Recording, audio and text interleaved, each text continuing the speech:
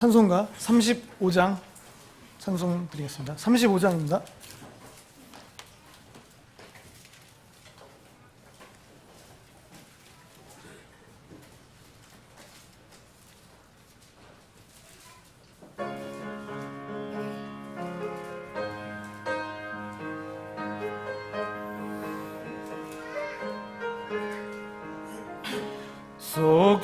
속죄하신 구세주를 내가 찬송하리라.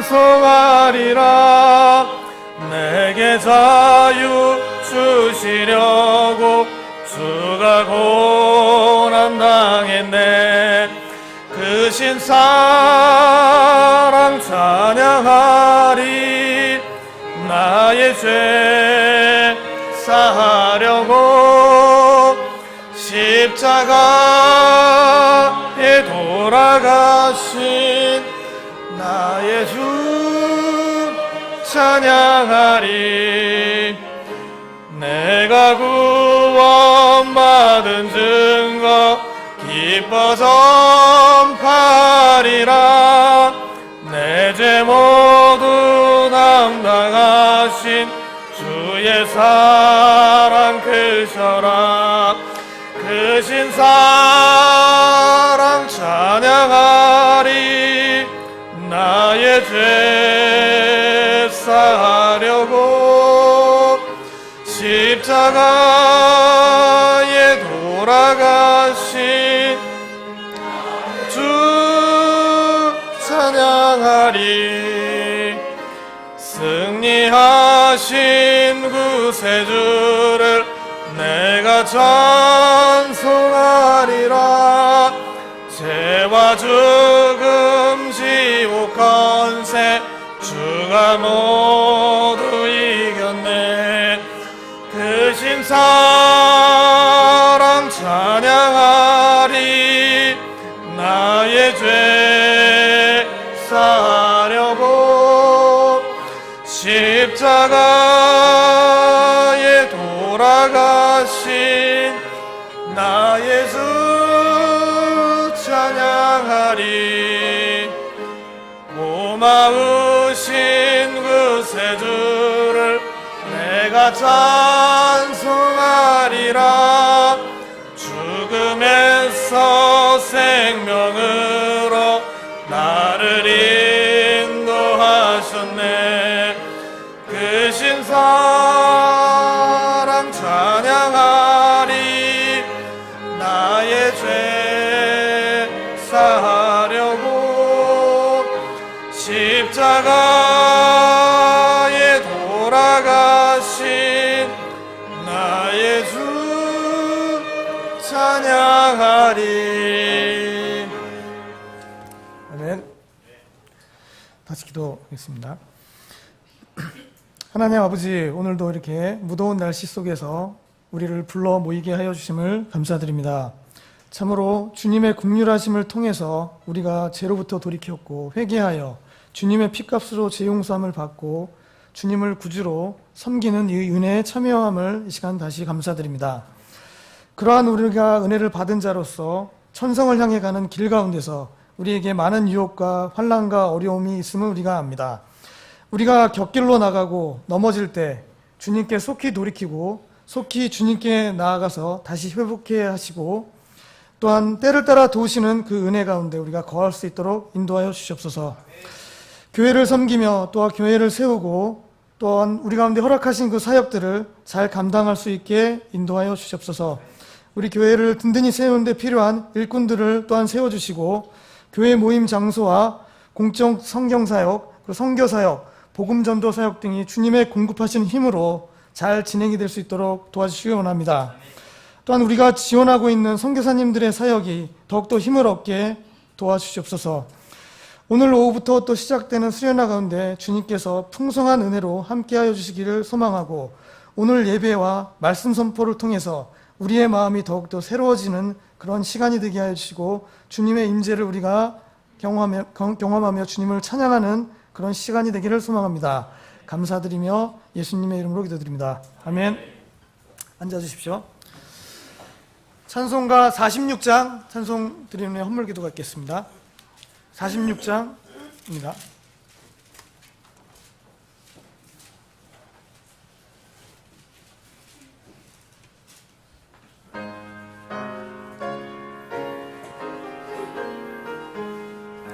찬양하라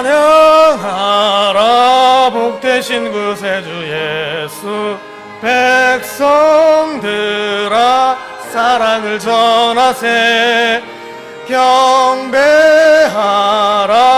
하늘의 천군과 천사 주님 앞에 영광을 돌리세 목자같이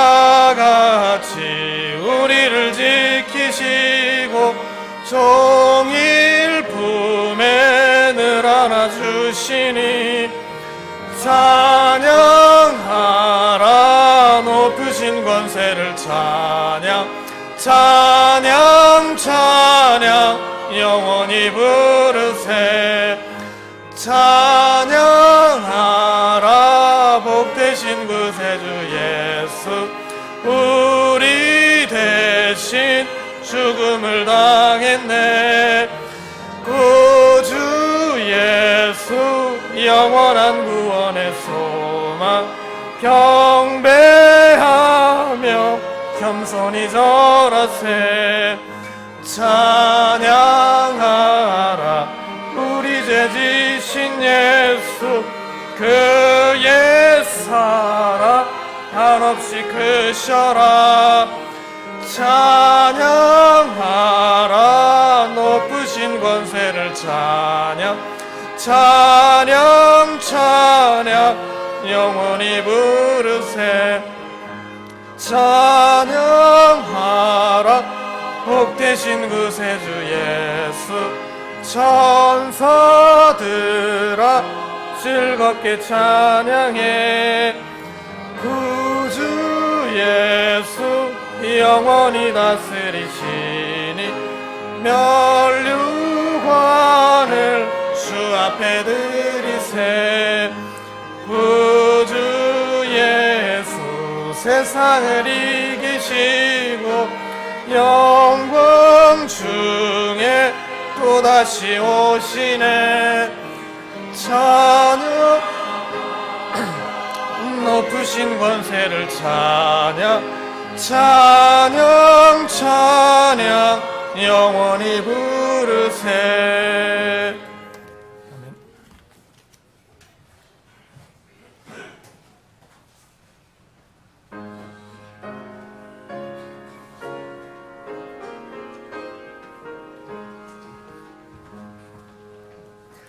드린 헌물 위에 기도 드리시겠습니다.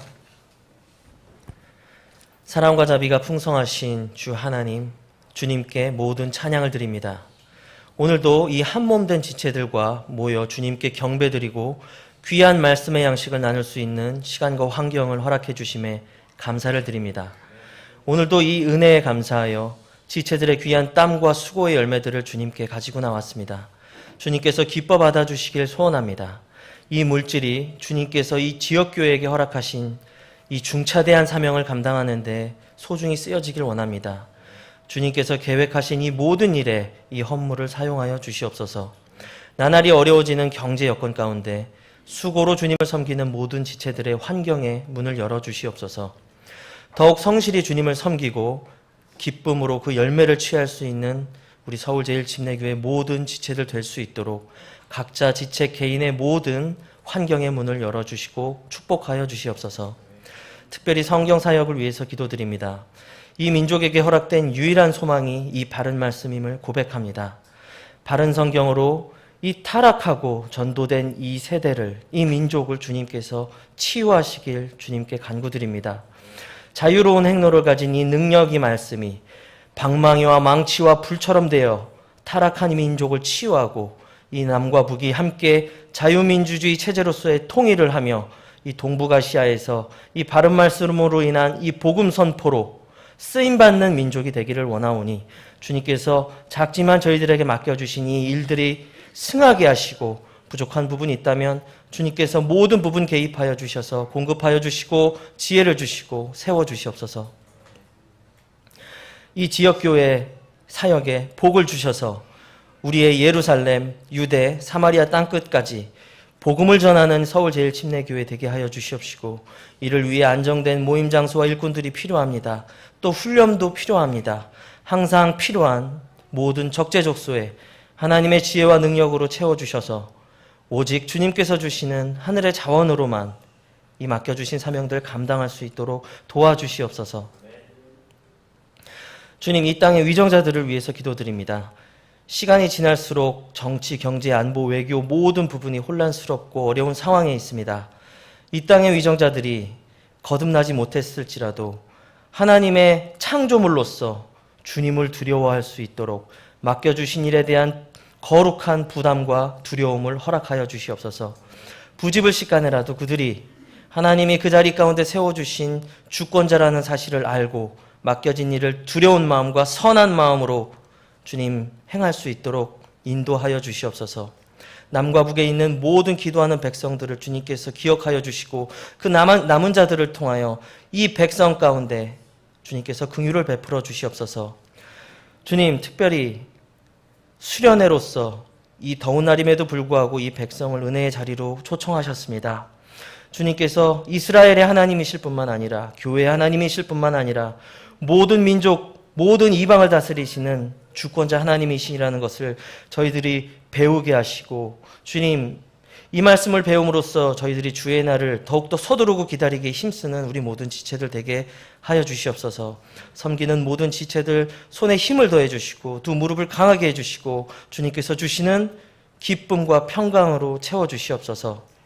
오늘 단위에서는 설교자에게 복을 주시고 입술의 모든 선포들이 회중에게 필요한 영적 양식으로 공급되게 하셔서 모든 일에 있어서 성령의 열매를 맺는 지체들 되게 하여 주시옵소서. 예수님의 이름으로 기도드립니다. 아멘.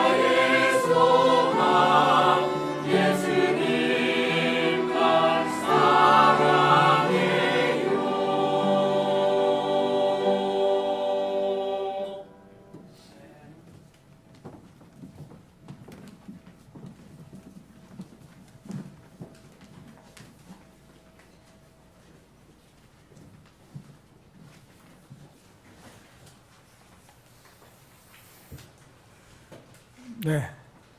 7월 29일, 7월 마지막 주에, 마지막 주입니다. 무더운데 어떻게 잘 지내셨나요? 네.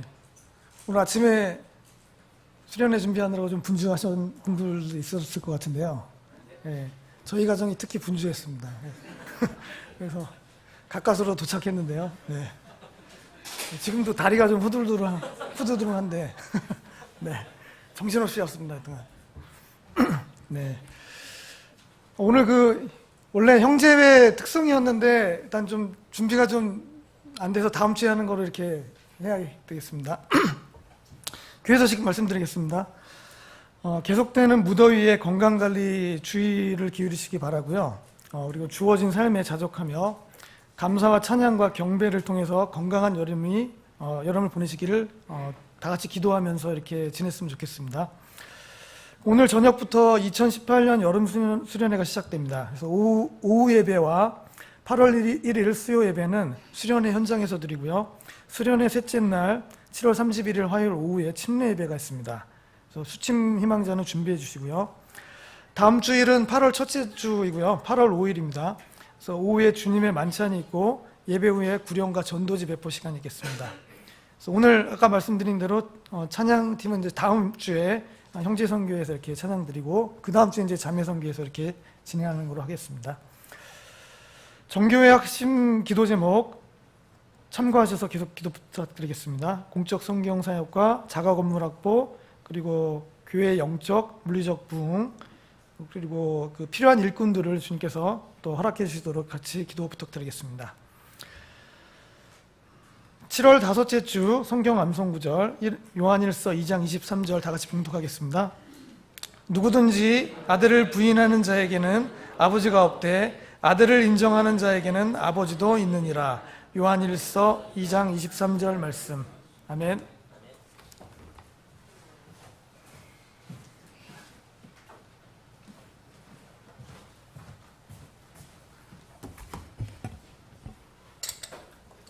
네, 요새 인사가 더위에 잘 지내냐는데 올 더위에 이 무더위에 문제가 있는 분들이 있는 거 아니에요?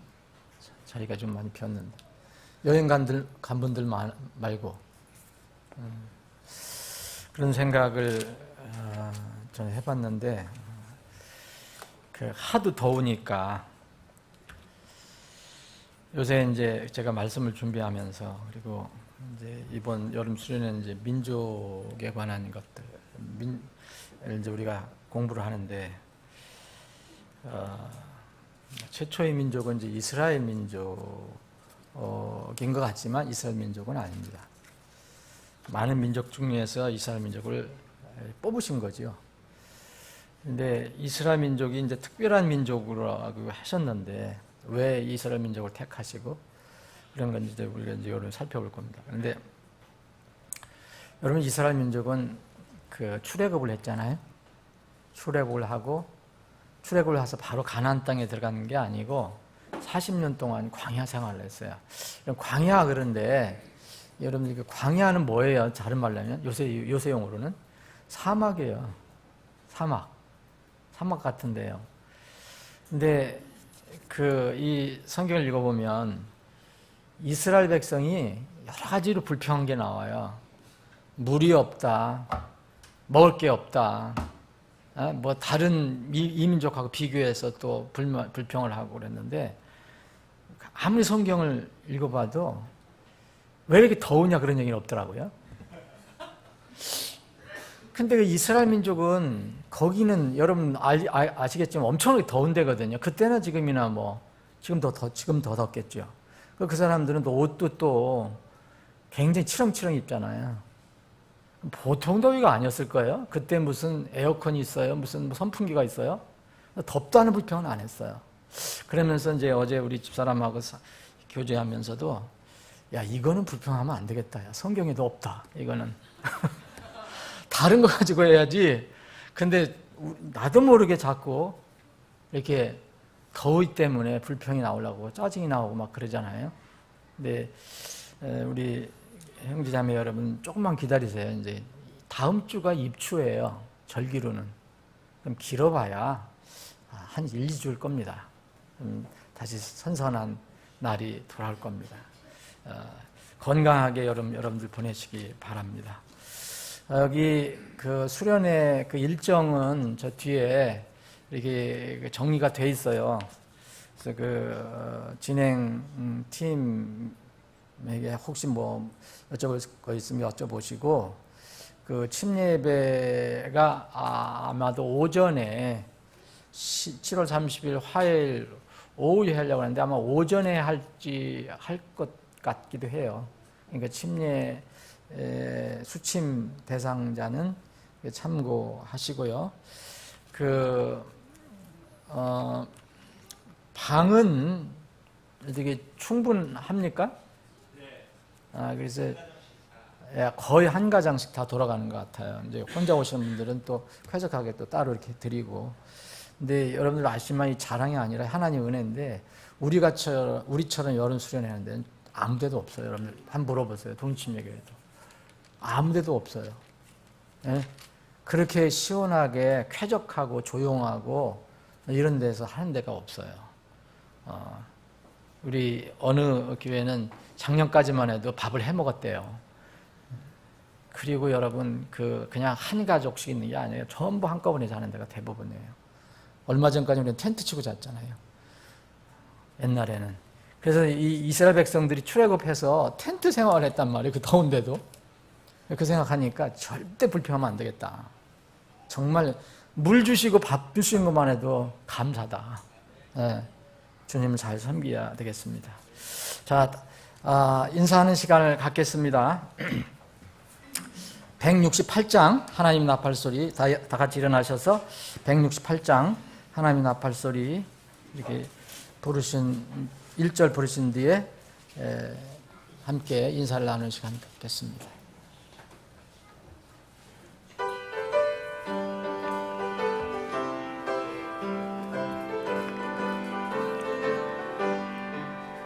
하나님의 나팔소리 전지진동할 때에 예수 영광 중에 구름 타시고 천사들을 세계 만국 모든 곳에 보내어 구원 얻은 성도들을 모으리.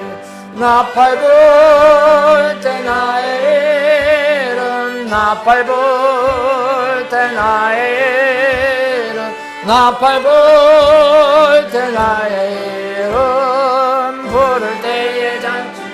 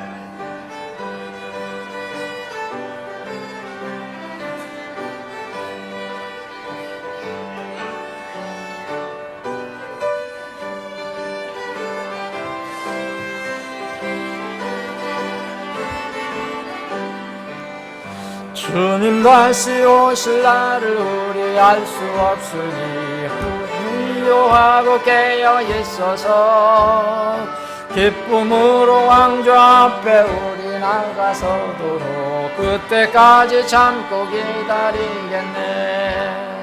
나팔 불 때 나의 나팔 불 때 나의 나팔 불 때 나의 부를 때 잔치 참여하겠네. 아멘.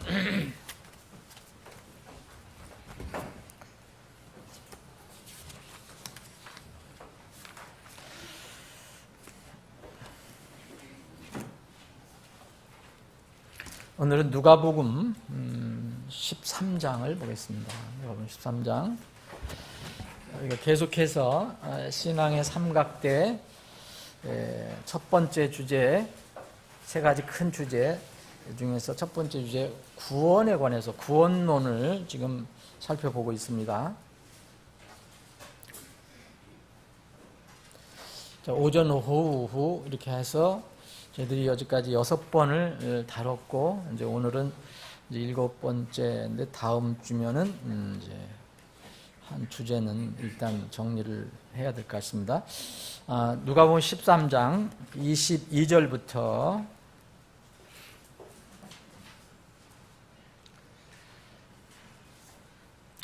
22절부터 30절까지 제가 읽고 여러분들이 함께 읽을 부분을 말씀드리겠습니다. 누가복음 13장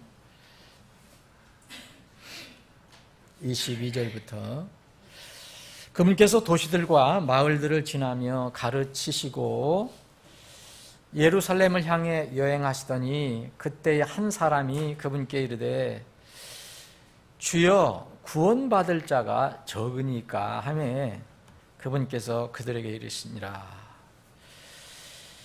좁은 문으로 들어가기를 힘쓰라. 내가 너희에게 이르노니 많은 자들이 들어가기를 구하여도 능히 들어가지 못하리라. 25절부터 27절까지는 여러분들과 함께 읽겠습니다. 3절입니다. 여러분들 가지고 계신 성경 그대로 읽습니다. 시작합니다. 집주인이 한번 일어나 문을 닫으면 너희가 밖에 서서 문을 두드리기 시작하여 이르기를 주여 주여 우리에게 열어주소서 해도 그가 너희에게 응답하여 이르되 나는 너희가 어디에서 왔는지 알지 못하노라 하리라. 그때 너희가 말하기 시작하여 이르되 우리는 주 앞에서 먹고 마셨으며 주께서는 우리의 거리에서 가르치셨나이다 할 터이나 그가 이르되 내가 너희에게 말하노니 나는 너희를 어디서 왔는지 알지 못하노라. 불법을 행하는 자들아 너희는 다 내게서 떠나라 하리라. 제가 마지막 부분 읽겠습니다. 너희가 아브라함과 이삭과 야곱과 모든 대언자들은 하나님의 왕국에 있고 너희 자신은 쫓겨난 것을 볼 때에 거기서 슬피 울며 이를 갈미 있으리라. 그들이 동서남북으로부터 와서 하나님의 왕국에 앉으리니 보라 마지막인 자로서 처음이 될 자도 있고 처음인 자로서 마지막이 될 자도 있느니라 하시더라. 아멘. 아버지 하나님, 무더운 이 여름 날씨 가운데서도 저희들을 세밀하게 보호 인도해 주셔서 무난하게 그래도 건강한 그런 몸으로 여름을 나게 하심을 감사합니다. 아직도 이 더위가 더 어느 정도는 계속되겠지만은 주님 이 더위가 또 계속될 것은 아닙니다. 주님께서는 또 절기를 주셨기 때문에 저희들은 그 새로운 절기를 기다리며 이 여름을 납니다.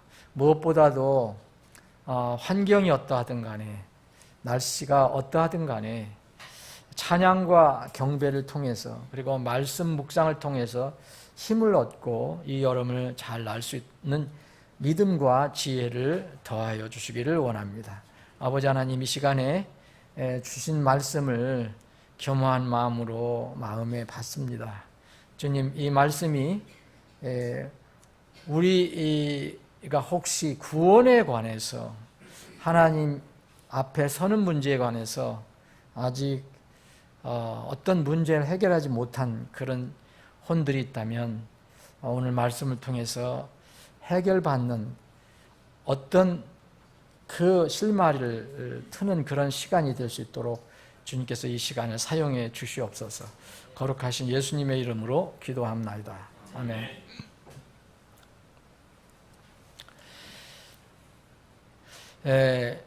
오늘은 이제 바른 구원과 성경에서 얘기하는 구원, 성경에서 얘기하는 구원은 하나인데 이제 아시겠지만 구원이라고 하는데 여러 가지 덧붙이는 게 수식하는 것들이 많이 생겨버렸어요. 예수님도 한 분이고 복음도 하나고 그런데 다른 예수라는 게 성경에 나오기 시작하고 다른 복음도 나오고 다른 구원도 나오는 거예요. 그래서 성경 굳이 이제 우리는 그래서 이 시대는 구원도 바른 구원이 있고 또 거짓된 구원이 있다. 구원에 변형이 생겼다. 왜곡이 생겼다. 그래서 그 바른 구원과 구원의 변형과 왜곡을 살펴보기를 원합니다. 이 에덴 동산에서부터 구원의 변형은 이제 일어나기 시작했고 왜곡됐습니다. 이 마귀 사탄이 뱀이 사실 하나님 말씀을 통해서 얻는 구원을 이제 왜곡을 시키기 시작했죠. 그래서 에덴 동산에서부터 그랬다면 지금 주님 오실 때까지도 계속 이 땅에서는 그런 일이 일어날 것입니다. 그래서 누구든지 이 신앙을 갖는 사람들은 그리스도의 신앙을 갖는 사람들은 개인 구원을 점검할 필요가 있다고 성경은 이야기하고 있습니다. 대표적인 말씀이 고린도 교회에 바울 사도가 준 말씀이에요. 고린도 교회 안에 좀 이상한 행동을 하는 사람들, 구원은 다 고백을 하는데도 좀 그 구원, 하나님이 주신 구원에 잘 맞지 않는 사람들이 있었습니다. 그래서 바울 사도는 그 교회에 그 말씀을 주시지 않았나 하는 생각을 해봅니다. 고린도후서 13장 5절에 보면 이렇게 너희가 믿음 안에 있는지 너희 자신을 살펴보라 그랬어요. 여러분, 다른 사람이 살펴보는 게 아닙니다. 다른 사람들은 조언해 주는 거고 알려주는 것뿐인데 너희 자신을 입증하라. 살펴보고 입증하라. 너희 예수 그리스도께서 너희 안에 계신 것을 너희가 스스로 알지 못하느냐. 만약 예수님이 내 안에 계시다는 것을 너희들이 느끼지 못한다면, 알지 못한다면 그렇지 않으면 너희는 버림받은 자니라 그랬습니다. 여기 버림받은 자니라는 것은 성경에서 이제 우리를 택하셨다는 말도 쓰잖아요. 택하셨다는 것의 반대 말입니다. 구원을 못 받았다는 얘기입니다. 그래서 성경에는 곳곳에 믿음을 바르게 가져야 된다. 대표적인 것이 이제 고린도 교회에 그래서 또 얘기하는 거예요. 고린도 교회에 그 부활에 관해서 얘기를 해준 말씀이 있는데 고린도전서 여러분 15장 잘 알잖아요. 고린도전서 15장 이 말씀 앞에 부분 복음에 관해서 얘기할 때 지난번에 살펴봤지만 만일 내가 너희에게 선포한 것을 기억하고 어떻게 해요? 헛되이 믿지 않았습니다. 헛되이 믿는 사람들이 있다는 것입니다. 헛되이 믿지 않았으면 또한 그 복음으로 구원을 받은 것이니라 그랬어요. 헛되이 믿는 사람들이 분명히 있습니다. 저도 헛되이 믿은 그 시기가 있었어요. 일부러 의도적으로 그런 건 아니었지만 그렇게 그런 세상의 그런 가르침에 영향을 받아서 그럴 수도 있었습니다. 골로새서 1장 23절에도 여기도 분명하게 골로새 교회에는 무슨 문제가 있었느냐 하면 철학과 사상, 이런 이교도 사상이 이 사람들이 그거에 관이 마음을 두었어요. 그래서 여기 골로새서 1장 23절에도 보면 만일 너희가 믿음 안에 거하여 털을 다지고 정착하여 너희가 들은 복음의 소망에 떠나지 아니하면 그리하시리라. 여기 어떻게 하면 너와 화해를 했다. 하나님께서. 근데 만일 너희가 이 복음의 터에서 떠나지 않으면 이건 나중에 이제 결과적인 것을 이야기하는 거죠. 그래서 이런 그 분명히 성경에서는 각 개인의 구원을 점검하라고 이렇게 말씀하고 있습니다. 그래서 그러면 성경에서 이야기하는 바른 구원이 아닌 거, 직설적으로 얘기하면 거짓 구원은 어떤 것이 거짓 구원인가 우리가 생각해 볼 수 있는 범위 내에서만 살펴보기를 원합니다. 이것은 쉽게 얘기하면은 주님께서 인정하시지 않는 것을 얘기해요. 주님께서 인정하시지 않는 구원. 사람은 얼마든지 얘기할 수 있는 거예요. 다른 사람이 어떤 사람에게도 얘기해 줄 수 있어요. 그런데 주님이 인정하시지 않는 구원을 얘기합니다. 그러면 이제 조금 후에 다시 살펴보겠지만 그런 바른 구원은 반대로 뭐냐면 주님께서 인정하시는 구원이에요. 주님께서 인정하시지 않는 구원은 오늘 우리가 읽은 게 이제 대표적입니다. 마태복음 7장에 있는 말씀도 그렇고 주여 주여 하는 자는 다 하늘의 왕국에 들어갈 것이 아니라 그랬어요. 아버지 나라에 들어가는 게 아니라 그랬어요. 다 그들은 뭐 부르기도 하고 일도 하고 여기서 오늘 말씀 뭐였습니까? 이 사람들을 주님께서 딱 여기 집주인이 여러분 천국 집주인은 주님이십니다. 집주인이 딱 문을 닫으면 막 문을 두드리는 사람이 나타나는데 근데 이 사람들의 입에서는 여전히 주여라고 나오거든요. 세상 사람들은 잘 못하는 거예요. 주여 주여 우리에게 열어주셔서. 그런데 그 주님은 집주인은 나는 네 정체를 모르겠다는 거예요. 정체는 알겠지. 근데 네 출신이 아니다는 거예요. 나는 너희가 어디에서 왔는지 알지 못하는 거예요. 이 집은 어디서 오는 사람만 오니까 주님으로부터 난 사람들만 들어오는 곳인데 어디서 났는지 너 모르겠다. 2번씩이나 주님께서 말씀하십니다. 그래도 그러니까 아니 주님 왜 저를 우리를 못 알아보십니까? 주님 앞에서 먹고 마셨지 않았습니까? 그리고 우리 동네에서 우리 길거리에서 주님이 우리를 가르쳐 주지 않았습니까? 또 얘기합니다. 그런데 27절에 보면 또 집주인은 얘기합니다. 나는 너희가 어디에서 왔는지 알지 못한다.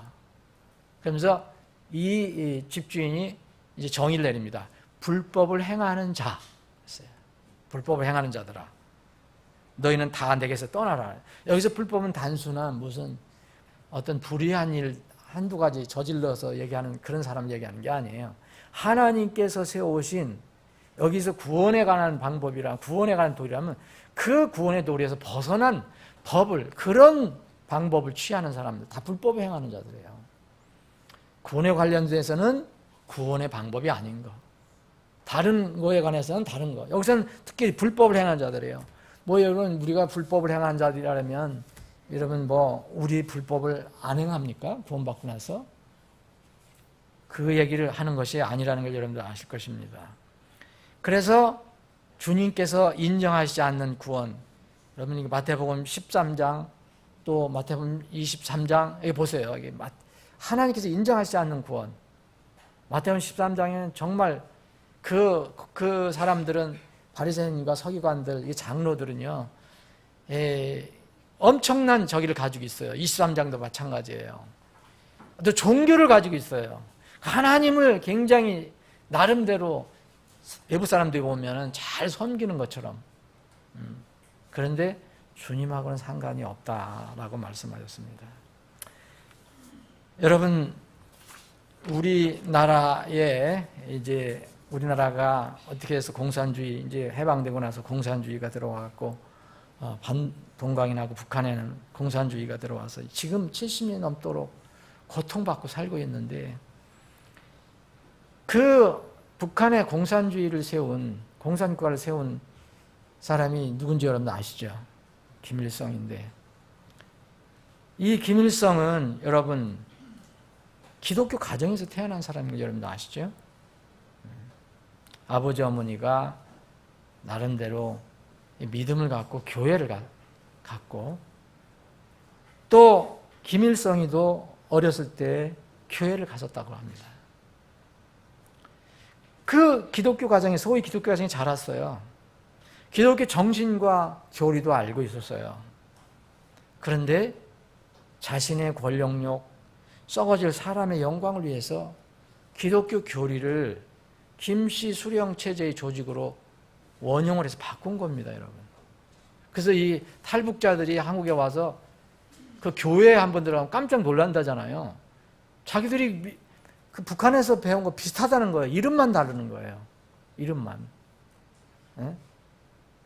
그걸 다 하나님이라는 거, 성령님이라는 거, 주님이라는 것을 다 김씨로 다 바꾸는 거잖아요. 이것을 전부 주체사상으로 바꾼 거예요. 기독교 교리를 변형시킨 겁니다. 왜곡시킨 거예요. 그걸 어떻게 해요? 기독교 교리를 말살하는 대로 사용한 겁니다. 이게 교회를 다니고 부모가 교회 다녔고 드디어 김일성은 그 굉장히 쥐잡듯 뒤져갖고서 기독교인들을 다 이게 죽이고 나서는 처벌하고 나서는 이제 우리 공화국에서는 이제 종교는 완전히 멸절되었다 이렇게 선언했어요. 근데 지금도 지하 교인들이 있어요. 하나님의 복음은 그렇게 해서 끝나는 건 아닙니다. 이것이 바로 얘가 거짓권이에요. 이런 것들이. 알기는 아는 거예요, 뭔가. 교회 가서 찬송 드렸고, 부모로부터 배웠고. 이 거짓권을 대표적으로 이렇게 보면은 제가 7가지를 보겠습니다. 첫 번째 성경에서 나온 거예요. 갈라디아주의라는 거예요. 갈라디아서에서 얘기하는 거예요. 갈라디아서 얘기하는 건 뭐냐? 믿음 플러스 행위를 주장하는 거예요. 믿음만 가지고는 안 된다. 거기에 율법도 지켜야 한다. 이걸 누구냐? 유대인들이 그렇게 주장을 했던 거예요. 그래서 이 치료제는 바로 갈라디아서를 잘 읽어봐야 되고 에베소서를 읽어봐야 돼요. 대표적인 에베소 2장 8절로 9절 말씀은 뭡니까? 행위로 구원받는 게 아니라고 얘기하잖아요. 너희가 믿음을 통해 은혜로 구원을 받았나니 이것은 너희에게서 난 것이 아니요 너희 행위에서 난 것이 아니요 하나님의 선물이라. 갈라디아주의가 있습니다. 여러분 조금 후에 이제 그 극단적 세대주의 구원론을 잠깐 언급하겠지만 극단적 세대주의 구원론은 이거를 주장하는 부분이 있어요. 자기들이 시대를 짜게 놓고 어느 시대에는 믿음만 가지고 안 된다. 행위가 들어가야 된다. 이건 참 터무니없는 인간의 잘못된 그 교리예요. 한 사람이 머리 좋은 사람이 개발했다고 그걸 다 따라간다는 게 참 어리석은 거죠. 두 번째로는 율법주의예요. 율법주의는 여러분 잘 하실 겁니다. 기독교도 율법을 통해서 간다고 하시면 기독교 종교고요. 기독교에도 모든 종교들이 다 이겁니다. 모든 종교. 지난주에도 말씀드렸지만 그리스도교를 빼고는 모든 종교는 행위 종교예요.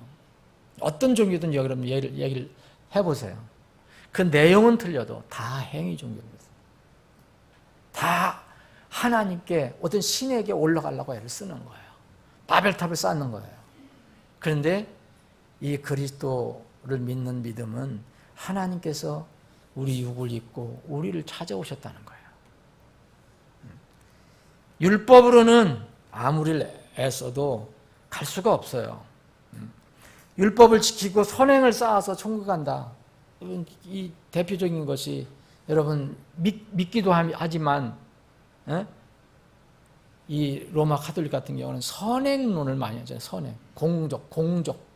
다른 사람에게까지도 넘어갈 수 있는 공적 많이 쌓으면은 성경에 전혀 없는데. 그리고 기독교 안에서도 최선을 다해서 한번 해보겠습니다. 구원 받으셨습니까? 아유, 그거 죽어봐야 알지요. 어떻게 압니까? 한번 열심히 해보겠습니다. 이게 뭡니까? 자기도 모르는 사이에 거기에 빠져 있는 겁니다. 이 율법주의를 고칠 수 있는 치료제는 많아요. 갈라디아서, 로마서, 히브리서 엄청나게 많아요. 세 번째는 무법주의입니다. 율법주의와 상반되는 거예요. 율법주의는요, 구원은 잃어버리면 또 받아야 돼요. 잘할 때는 받고 잘못하면 또 잃어버릴 수 있으니까. 여러분 이걸 조금 형식적으로 이렇게 수식한 거지 그런 교회, 그런 교파들이 있어요. 그 신학적인 용어라든지 뭐 이런 용어는 조금 틀려도 결국은 구원을 잃어버린다고 가르치는 게 있습니다. 내가 무엇을 해석하려고 할 때 당연히 안 되면 잃어버리죠. 이 세 번째 무법주의라는 것은 이 신학적인 용어로는 안티노미니아니즘이라 해갖고 법을 무시하는 거예요.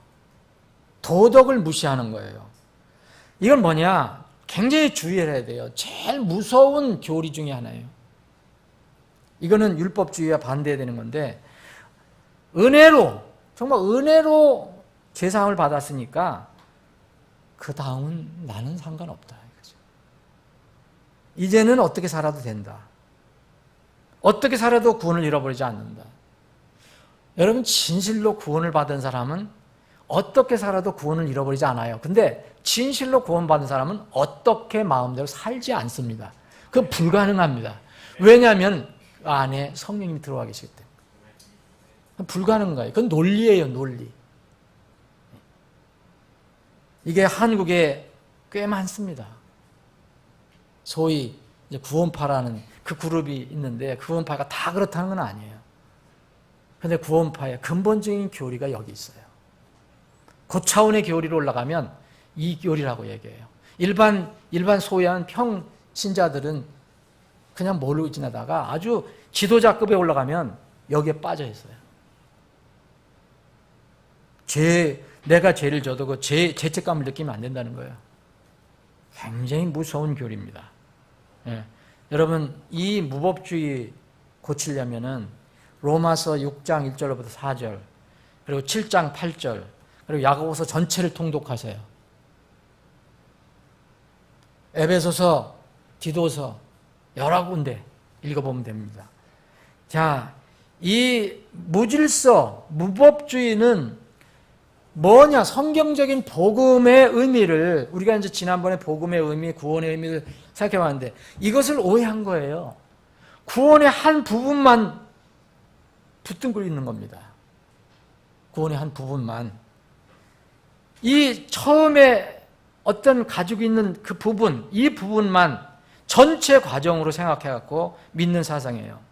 그 사람들 입에서 나오는 가장적인 거예요. 죄사함 받았는데 뭐 다음 필요가 있느냐. 죄사함이라는 용어는 많이 써요. 정말 이건 무서운 사상입니다. 구원은요, 지식만이 구원이 아닙니다. 말씀으로 전하는 거지만 어떤 사람이 구원을 받아들일 때는 능력이 안에서 생기는 겁니다. 내가 만드는 게 아니라 하늘로부터 오는 거예요. 주인으로부터 오는 거예요. 그래서 구원이 완성이 되는 거예요. 구원이 뭐 과정이 있다는 얘기가 아닙니다. 사람이 어떤 복음의 반응을 일으키면 내 안에 그런 영적인 역사가 일어나는 거거든요. 어떤 사람이 구원받으면, 그러면 우리는 몰라도 성령님이 오시는 거예요. 거룩하신 분이 오는 거예요. 그리고 우리가 주님의 거룩한 집이 되는 거예요. 그런데 이것을 도외시하려고 합니다. 이 정말 거짓권 양산하는 교리예요. 이 사람들은 좀 한번 빠지기 시작하면 다시 구원받는 게 참 어려울 수도 있어요. 왜냐하면 그 죄에 대한 감각이 너무 없어요. 이게 영지주의하고도 관련이 있어요. 지식적으로 하는 거. 생명의 복음은요, 이 생명을 주는 구원은요, 신앙 고백, 입술과 신앙생활, 이 가슴, 그리고 두 팔, 이 열매, 서로 어긋나지 않습니다. 성경은 그걸 가르쳐주고 있어요. 복음은 능력이라고 그랬어요. 데살로니가전서 1장 5절에 말씀입니다. 우리가 지난번에 살펴보았잖아요. 말로만 너에게 전한 것이 아니라, 그랬어요? 성령과 큰 확신, 그리고 권능, 그것이 너에게 임했다 그랬잖아요. 네 번째는 소위 얘기하면은 이거 구원파도 관련이 있는 거예요. 득도 종교가 있어요. 뭐 각성을 해야 되는 거예요. 예? 여러분 득도의 종교 가장 뛰어난 게 뭡니까? 불교죠. 불교. 이건 뭔가 깨달아야 돼요. 내가 득도를 해야 돼요. 그래서 자기가 신이 되는 거예요. 득도를 해서 하나님 만나는 게 아니라 자기가 신이 되잖아요. 성불이 되는 거예요. 불. 정말 그 지고의 그 어떤 목표가 내 안에서 이루어지는 거예요. 그래서 뭐 고승들은 뭐 그런 반열에 올리잖아요. 죽어도 사리가 나온다 그러는데 사리 그거 뼈 그냥 그렇게 어떤 사람마다 그렇게 나타날 수 있는 거예요. 여러분 기독교는 깨닫는 과정은 있지만 깨달음으로 끝나는 종교가 아니에요. 구원은요 한 죄인이 믿음을 통해서 구원해 주시는 분, 그분과 유기적이며 인격적인 영적인 연합 사건이에요. 영적 각성은 인격적인 연합을 위한 과정이 될 수는 있어요. 뭘 이해를 해야 되고 깨달아야 될 거 아닙니까? 그런데 최종 완성 단계는 아니에요. 인격적인 주님을 만나야 돼요. 그렇다면 뭐 시타르타나 뭐 많은 명상가나 뭐 인도 가면 다 깨달은 사람이 길거리에 뭐 얼마나 많아요. 몇십 년씩 목욕도 안 하고 머리 기르고 수염 기르고 가부좌 틀고 앉아서 묵상하는 사람들 얼마나 많이 깨달았겠어요, 그 사람들. 다섯 번째는 신비주의입니다. 신비주의. 육체적인 체험이나 감정을 구원의 증표로 간주하는 거예요. 우리나라에도 있어요. 어디라고 제가 말씀드리지 않아도 방언을 해야 구원받은 거라고 얘기하는 사람들이 있어요. 이게 참 어리석고 무지하고, 아니 그냥 말씀을 믿는 게 너무 허심심하고, 그러니까 그거 심심하니까 뭔가 좀 뭘 붙들어야 되는데 그럼 방언 받아야 된다는 거예요. 그 연습을 시켜. 그럼 말도 안 되는 소리인데 벌어지고 있어요 지금. 그리고 여러분 오늘부터 수련회 가는데 다 그렇다는 건 아니에요. 일반 교회 가면 수련회 가면 방언 터져야지 은사 받고 오는 거예요. 은혜 받고 오는 거예요. 여러분 옛날에 교회 다닐 때 방언 터져서 은혜 많이 받고 오신 적 있었죠? 방언이 터져야 돼요. 그래서 방언이 터져서 하나님 만났다는 사람도 많아요. 여러분 하나님 방언을 통해서 만나시는 분은 아니에요. 말씀을 통해서 만나시는 분이에요. 무슨 계시를 봐야 된다든지 또는 뭐 어떤 입신의 경지. 저도 젊었을 때 저희 고향교회에서 지금도 기억을 하고 있어요. 어떤 고등학생이 입신을 한다고 누워갖고 한참 있다 일어났어요. 물론 경험이 있는지도 모르지만 그게 구원이 아니에요. 마귀는 얼마든지 일을 할 수가 있어요. 그 어떤 사람은 또 꿈에서 십자가를 봤다고 이게 구원이라는 거예요. 그건 아무것도 아닙니다, 여러분. 꿈은 뭐 별걸 다 꾸니까. 아니 최용지 형제님이 김정은이하고 식사했었잖아요. 에? 꿈에. 신비주의, 이것도 구원이 아닙니다. 또 하나는 여섯 번째는 형식주의예요. 영적 기도하면 구원받는다. 영적 기도 물론 필요하죠. 그런데 여러분 사도행전 8장에 보면 시몬이라는 사람이 나와요. 이 사람은 침례까지 받았어요. 믿는다고 했어요. 근데 드러났잖아요, 정체가.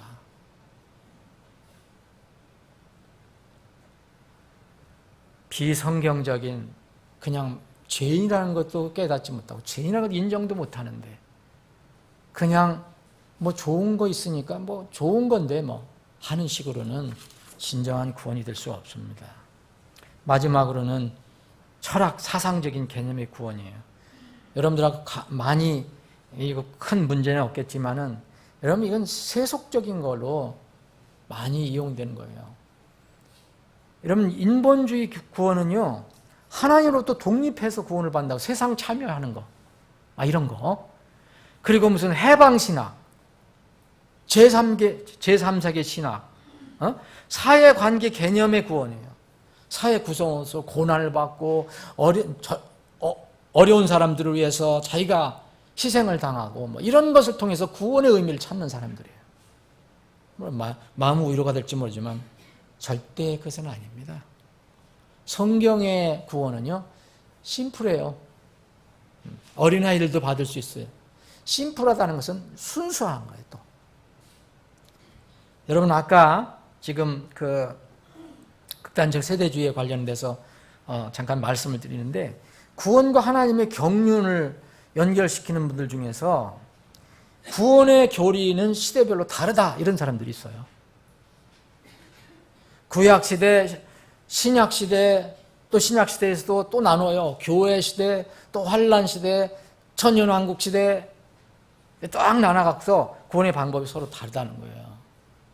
구약시대 다르고, 환란시대 다르고, 신약시대 다르고, 또 천년왕국시대 다르고. 뭐 그거 모르시는 분들은 몰라도 되는데, 우리 주위에 그런 교회들이 있고 또 그런 사람들이 있으니까. 여러분, 정말 구원의 교리는 시대별로 다를까요? 그러면요, 인간의 본질과 정체가 달라야 됩니다. 에덴 동산 이후로 그 시대별로 달라야지. 여러분, 신약 시대에만, 지금 은혜 시대라 이때만 믿음으로 구원받는다 그러면 신약 시대에 사는 사람들은 특종 인간이죠. 왜냐하면 이 환란 시대에 사는 구원받는 사람들은 행위가 들어가야 되는데, 무조건 행위라는데 거기는 우리보다 부족한 사람이잖아요.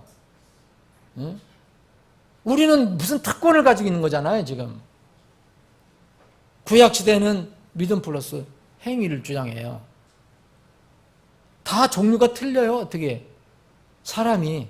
그래서 인간 종류가 시대별로 다른가 보다. 전혀 그건 아닙니다. 여러분, 이 로마서 5장 21절 보면 이 뭐라고 되어 있습니까? 우리 인간은요, 이 하나님께 창조하신 이후, 또 죄가 들어온 이후로는요, 똑같아요. 우리가, 로마서 5장 1절에 보면 이것은 죄가 군림하여 사망이 일어난 것 같이 은혜도 의를 통해 군림하여 예수 그리스도 우리 주로 말미암아 영원한 생명에 이르게 함이라. 죄가 군림하여 사망에 이른 것은 언제부터입니까? 그거는 에덴 동산에서부터며, 이 무슨 시대별로 다른 게 아닙니다. 성경에서는, 구약에 관해서는 신약에 있는 구원론처럼 그렇게 정확히 밝히지 않은 것뿐이에요. 구약의 주제는 이스라엘과 이방 민족의 주제이기 때문에. 정말 이 부분은 나중에 더 공부할 수 있는 기회가 있었으면 좋겠어요. 극단적인 세대주의를 주장하는 사람들 정말 주의해야 됩니다. 복음은요, 영존하는 복음이라고 했어요. 한 번 전해준 복음은요, 영원한 거요. 시대별로 바뀌면 안 돼요. 근데 그 사람들 주장하는 것은 시대별로 복음이 바뀌어야 돼요. 유다서 3절에 보면, 사랑한 자들아, 공통으로 얻은 구원에 관하여 내가 너에게 쓰려고 열심을 내는 자에 성도들에게 단 한 번 전달된 믿음을 위해 너희가 힘써 싸우라고 너희에게 써서 권면할 필요를 느꼈느니. 성도들, 구약에는 성도 없어요? 성도들에게 단 한 번 전달됐어요. 뭐 덧붙이고 또 바꾸고 갱신하고 그래서 전해진 게 아닙니다. 복음은 하나입니다. 그래서 성경에서는 영존하는 복음이라고 해요. 물론 신약에서는 뭐 천국의 복음, 왕국의 복음, 요 조금 차이는 있지만 근본적으로 같은 거예요. 여러분, 왕국 복음하고 지금 이 그리스도의 복음, 은혜의 복음하고 다르다면 큰 문제가 생기는 거예요. 그러면 왕국에 들어가는 사람들은 다른 방법으로 들어가는가? 그건 유대인들 중심으로 얘기한 거죠. 영원한 시점에서 영원한 세대를 위해서 피 흘리신 분은 딱 한 분, 예수 그리스도예요. 하나님의 어린 양이에요. 계시록 13장 8절에 보면 창조 이후로 피를 흘리신 어린 양이에요. 극단적인 세대주의 정말 주의해야 됩니다. 여러분, 우리가 이런 그 거짓 구원을 살펴보고 있는데 다양한 종파 한번 보세요. 로마 가톨릭 뭘 주장하는지 아시죠? 아무리 화려해도 그 교리 소망으로는 구원을 받을 수가 없어요. 불가능해요. 그래서 루터나 이 종교계 했던 사람들이 성경을 읽고 구원을 받은 거예요. 거기서 가르침 받은 것으로 구원받은 게 아니고. 이렇게 믿음과 은혜로 구원받는구나. 루터가 그걸로 구원받은 거 아니에요. 장로교 예정론이 지배를 하고 있어요. 택함 받았다. 넌 택함 받았다. 넌 버림받았다. 이게 옳은 구원론은 아닙니다. 제가 옛날에 몸담고 있던 감리교회는 구원을 상실한다고 가르쳐요. 구원을 잃어버릴 수 있다는 거죠. 이번 이 다른 교회들도 이런 게 많아요. 다 그렇다는 게 아닙니다. 그런 교리를 가지고 있는 사람도 있어요. 그리고 그 교회들이 그런 위에다가 세워진 경우가 있어요. 오순절 교회 같은 경우는 방언, 성령 체험이 구원의 증거의 보장이에요.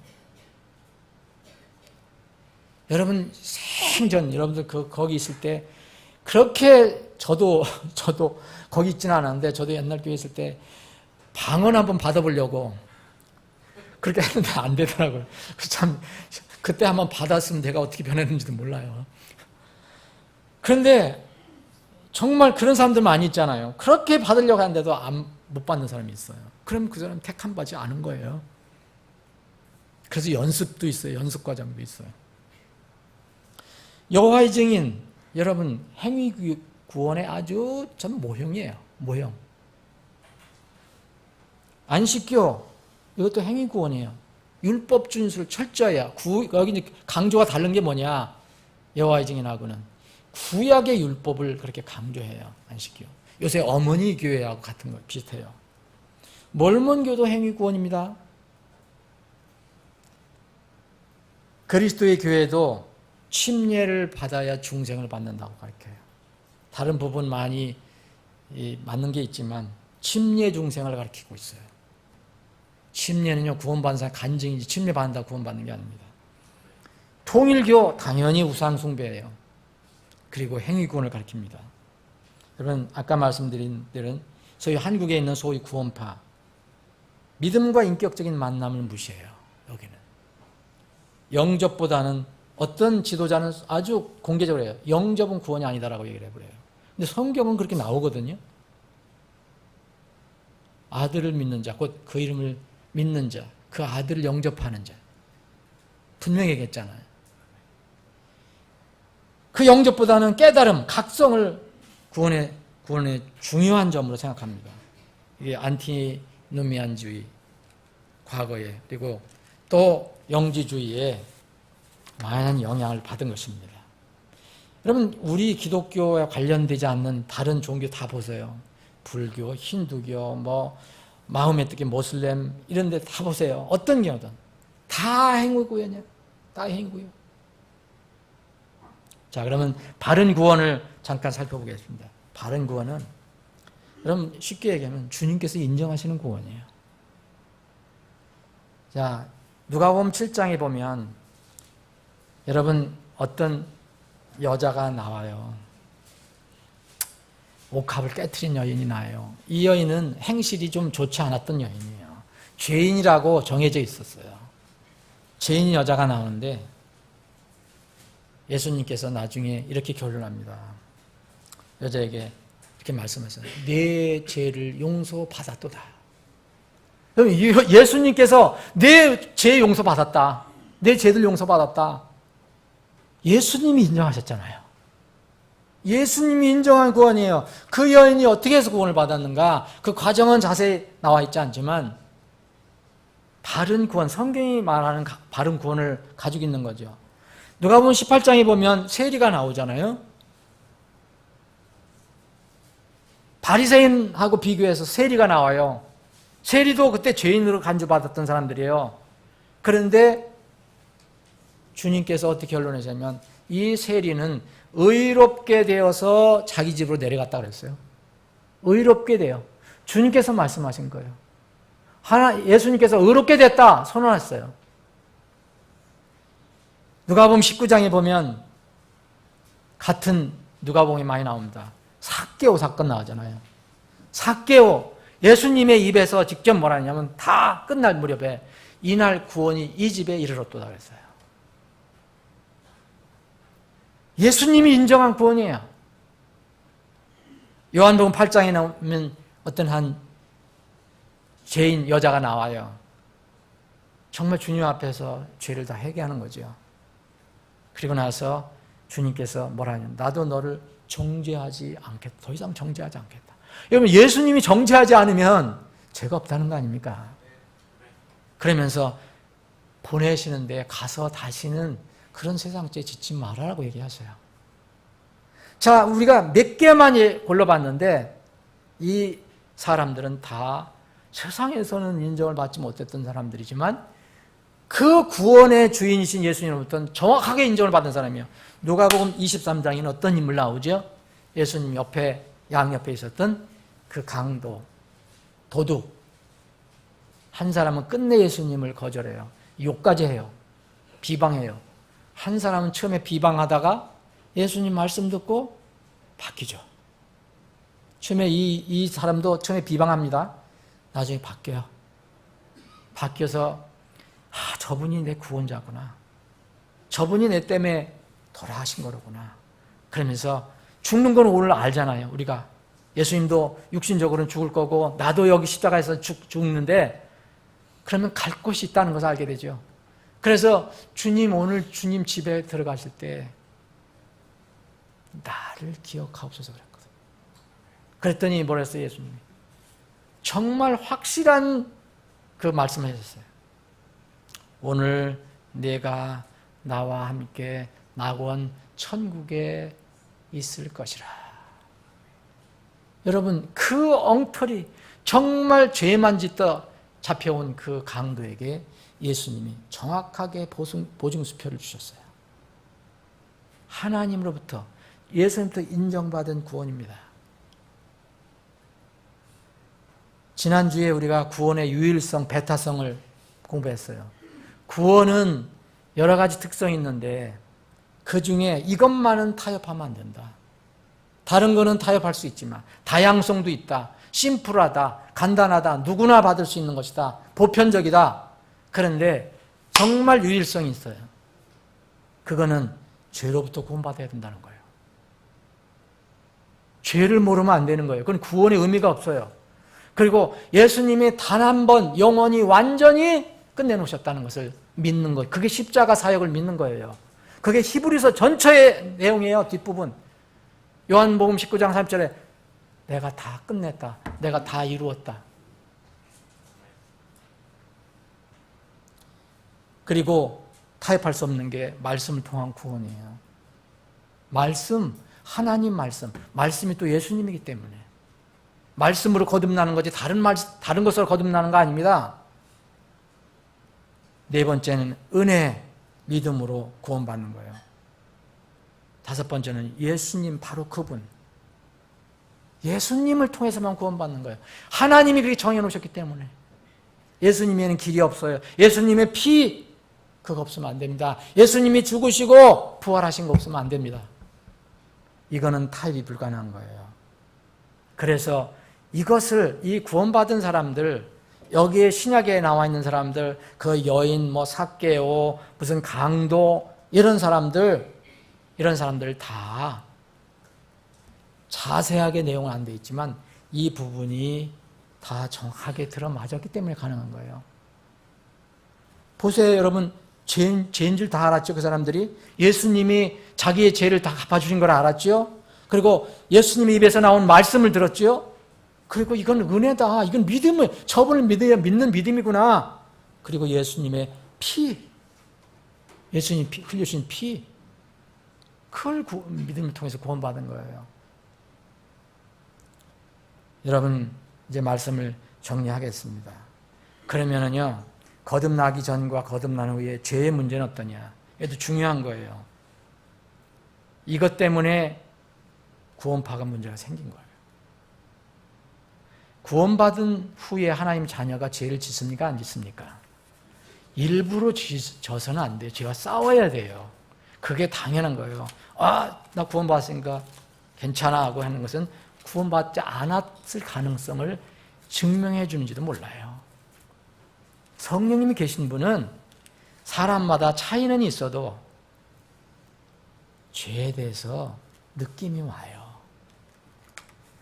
양심을 주님께서 찔러주신단 말이에요. 말씀 설교를 들을 때라든지 내가 읽을 때라든지 기도할 때라든지 묵상할 때라든지 교제할 때라든지 구원을 받고 나서 죄를 지을 수 있어요. 져서는 안 되지만. 그럼 이 죄 짓는 거하고 그러니까 그 일종의 그 사람들은 그 죄의식 느끼면 당신 구원받은 게 아니라고 얘기하는 거예요. 이 사람 이렇게 주장하는 사람들 중에서 예를 들어서 성경 디모데전서 1장 15절에 보면 옛날에 이 여러분 잘 아시는 구절이잖아요. 내가 죄인의 괴순이라 그랬죠. 네? 괴순이라. 그래서 그 사람들은 굳이 그렇게 주장을 하는 거예요. 이건 과거형으로 되어 있는 거예요. 과거형이 아니에요, 여러분. 디모데전서 1장 15절에는 그리스도 예수님께서 죄인을 구원하시려고 세상에 오셨다는 이 말은 신실한 말이요 온전히 받아들이기에 합당한 말이로다. 죄인들 중에 내가 우두머리니라. 옛날 개혁성경에는 죄인들 중에 내가 괴순이라 그랬거든요. 근데 이게 과거형으로 됐다는 거예요. 이건 억지입니다. 여러분 킹제임스 성경 가지고 계신 분 어떤 성경 봐도 여기서는 현재형으로 되어 있어요. 바울 사도도 구원받고 나서 죄에서 완전히 자유롭지 못했어요.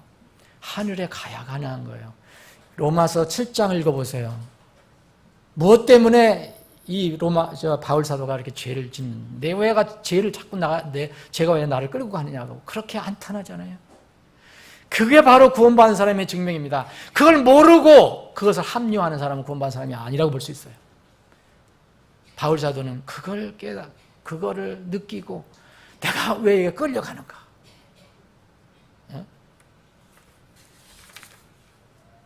구원받은 후에 죄는요, 정말 진실로 구원받은 사람은 구원받은 후에 죄는요, 무슨 문제가 생기느냐 이거예요. 아버지와 아들과의 관계가 생겨버려요. 구원받으면 여러분들이 하나님이 누가 돼요? 무엇이 돼요? 아버지가 되잖아요. 아버지와의 문제가 생기는 거예요. 그래서 여러분 아들이 자꾸 죄를 지면 아버지가 가만히 안 있죠. 나무라기를 하든지 뭐 하든지 하나님 아버지 똑같아요. 징계가 나오는 거예요. 사랑의 징계. 매가 나오잖아요. 히브리서에 있는 것처럼.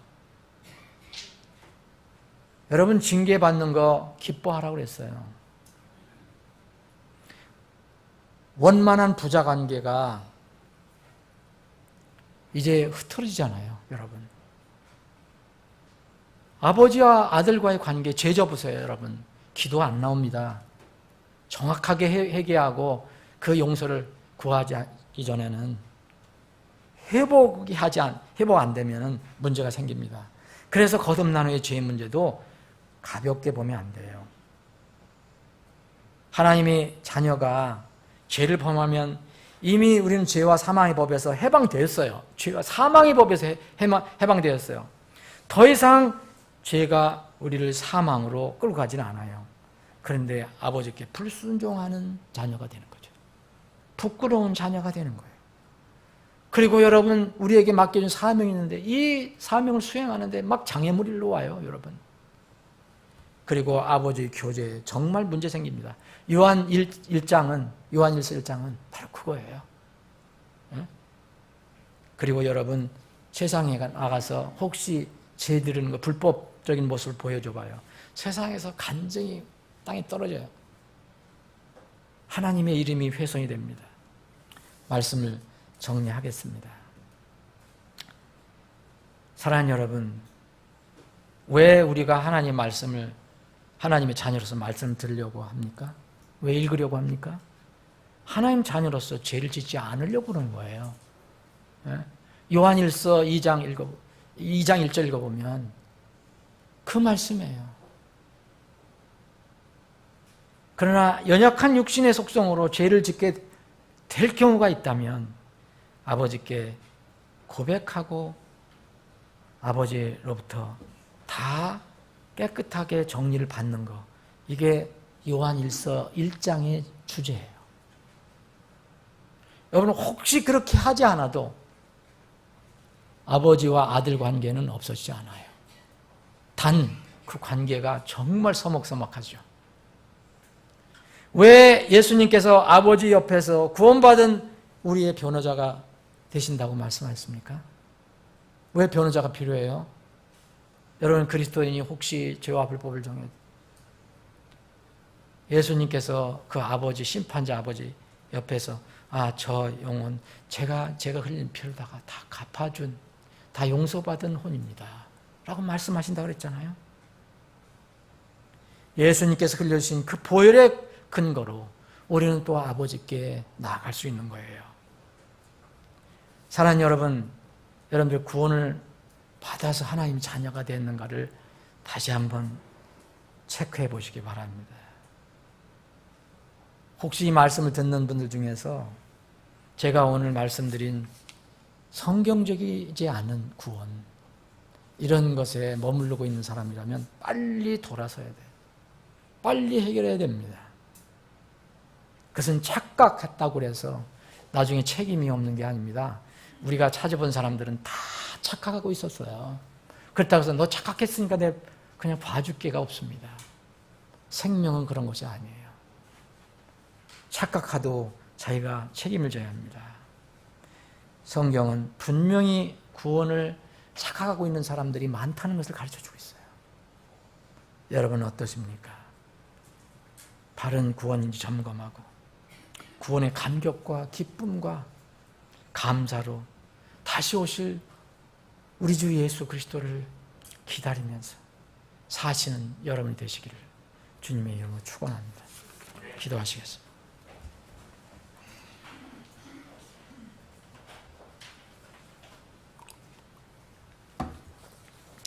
여러분, 잠깐 여러분들 자신을 위해서 기도하는 시간을 가져보시면 어떻겠습니까? 구원의 감격은 매일매일 새로워져야 되는데 여러분들은 혹시 구원의 그 기쁨, 감격을 혹시 지금 잃어버리고 있지는 않습니까?